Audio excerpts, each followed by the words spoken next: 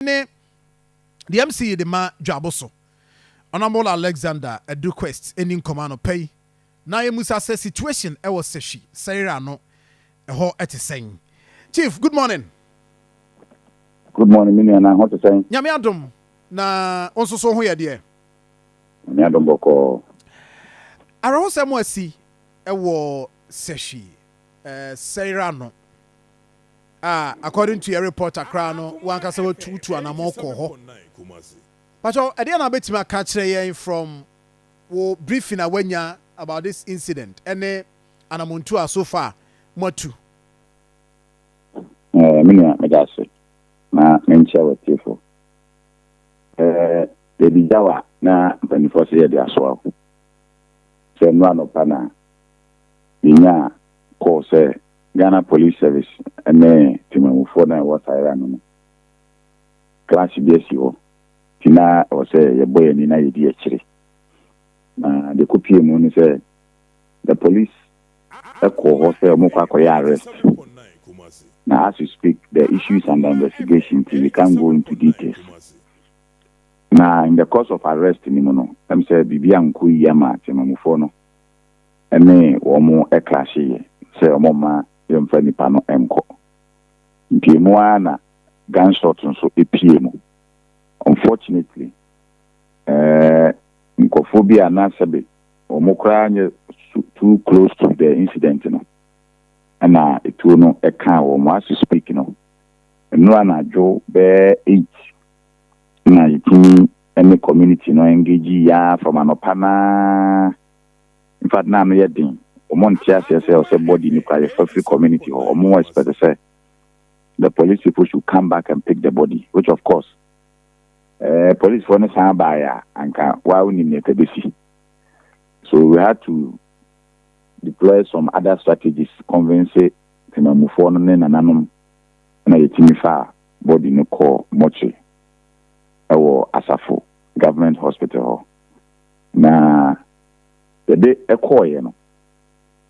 Yetieti mu ne nkoma yedi no na chese wetin mo say from the side of Timamufo ne there na police for no abotre anhyeda ambam nemum nya de a yebe ka se mo de no nkwa ne de be ye adwuma na ye ne regional command nso di nkomo ama as you speak and say dem ho no in the news no officers 8 na omo ekoye sa de no police service no I entered to for now.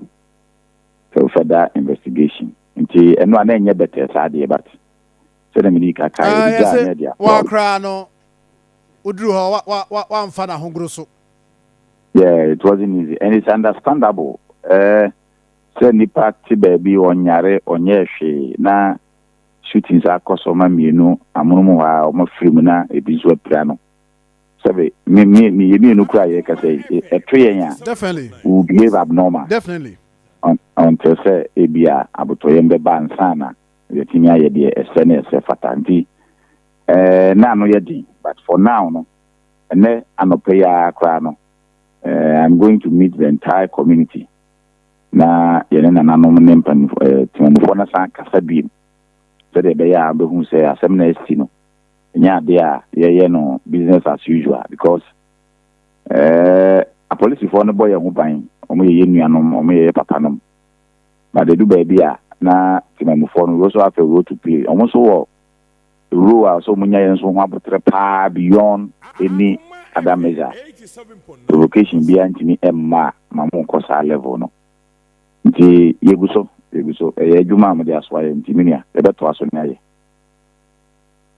Chief, when you wait, the only my a briefing when you're from the police and put together the yeni betimi share. I won't say when issues under investigation na okasa wo one to boss ya na wako judge will be wrongly, but what I'm giving you now is what is on the ground and at the same time the few ones are and the police for no edin komwa but me hear me kase pa as a dissect chairman ya asumdwe be kind no so you beti na hwe na escalate enko because no ano yenkura ne bufu ya medu baby omu twem barrier be they did something that was not good. Is it barrier almost set a fire with one of the barriers or so? Yeah. Time I know the body no air come na youth ni be the motors near the day chile. Because the we are na back woman on share the nyini bebre nti of course we are the youth ni there we say about na o mani so ashikaka nti ye pese ye ma omoboto omuyem ye nkoka bibia ebetimi ama obi foforo nso anya bufu a obetimi akoye bibia enye because this affects the entire community. The community of about almost 4,000 people. Nti we look at the population I have mentioned. One managing year one year also had a number of fronts or tier handy. Yamini about empire say the best year woman will be able.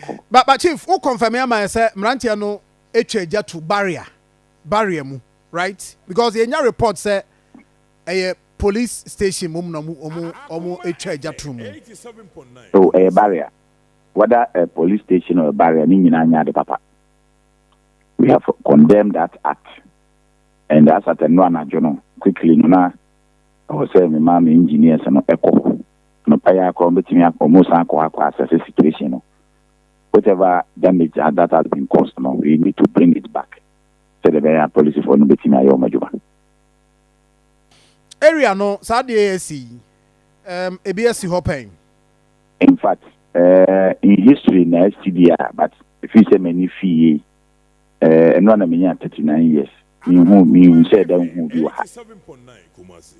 you said them who be but in history, the ABR na ABS that they are, but to this extent, the many fee, they mean said them who be say, a police for air clashes. Sometimes it been quite.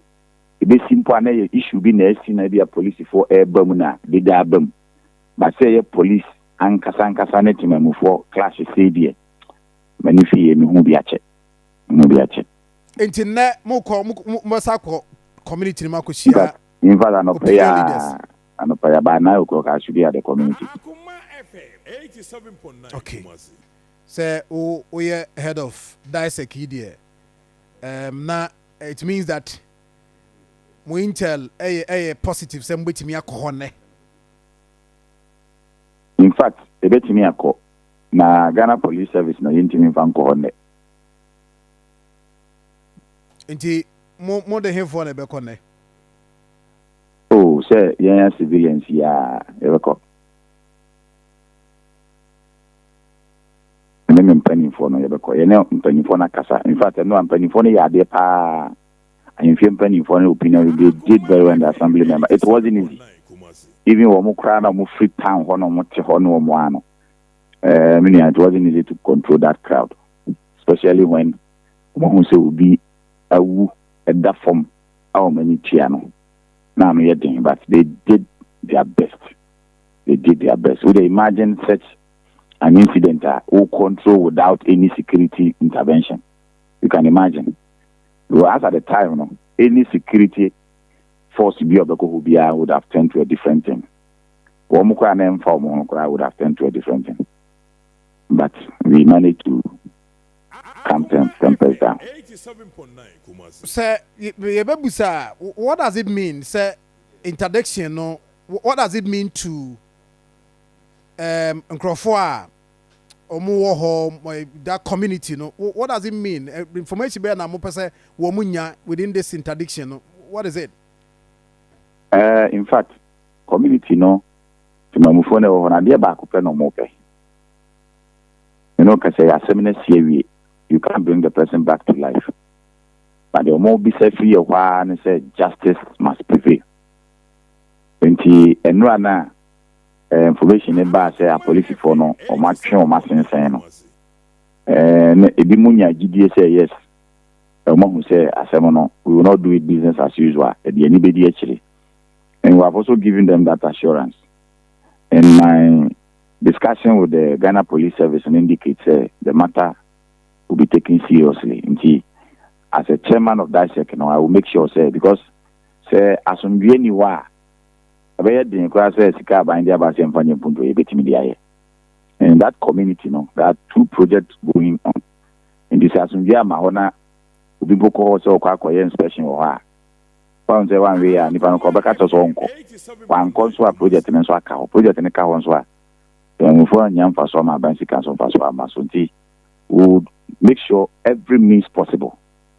Every means possible.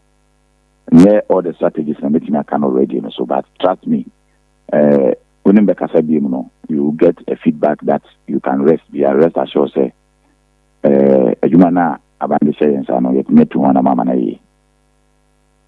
Are we likely to see a committee to investigate, set up a committee, compensation, whatever? Are we likely to see anyone?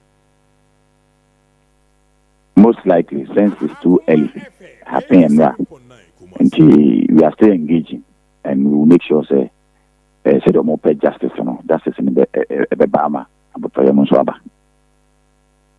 Chief Yadase. This year the man Juaboso, a friend of Alexander, a do quest. Right. Yeah,